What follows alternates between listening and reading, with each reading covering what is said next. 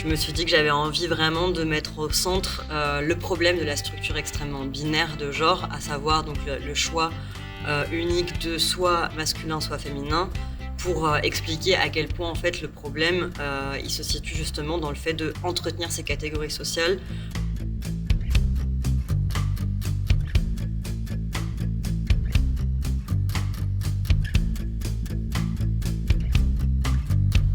Moi je m'appelle Lé, je suis une personne non binaire, franco-russe.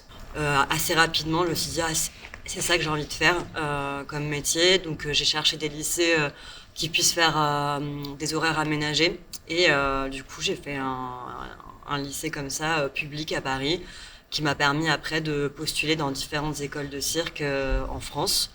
Et j'ai été sélectionnée à l'école de cirque à Montpellier, donc qui est une prépa. Puis après, j'ai fait une pépinière, c'est une insertion professionnelle sur un projet en particulier qui est donc celui que je vais jouer ce soir à la Grainerie. Ça m'a vraiment permis d'apprendre les différents métiers qui puissent permettre d'être artiste de cirque contemporain aujourd'hui.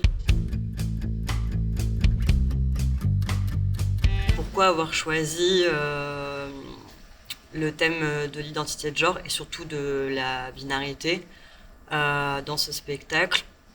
Déjà, pour parler en tant que personne concernée, et aussi parce que j'avais envie de remettre une question que je trouve essentielle et qui en fait qui l'est depuis des années. C'est juste qu'aujourd'hui la parole est écoutée, elle a toujours été là, elle a toujours été présente, mais c'est juste qu'enfin on lui donne un peu de crédit, de valeur, et donc elle commence à être écoutée et visibilisée. Donc je me suis dit que j'avais envie vraiment de mettre au centre le problème de la structure extrêmement binaire de genre, à savoir donc le choix unique de soit masculin soit féminin, pour expliquer à quel point en fait le problème il se situe justement dans le fait de entretenir ces catégories sociales.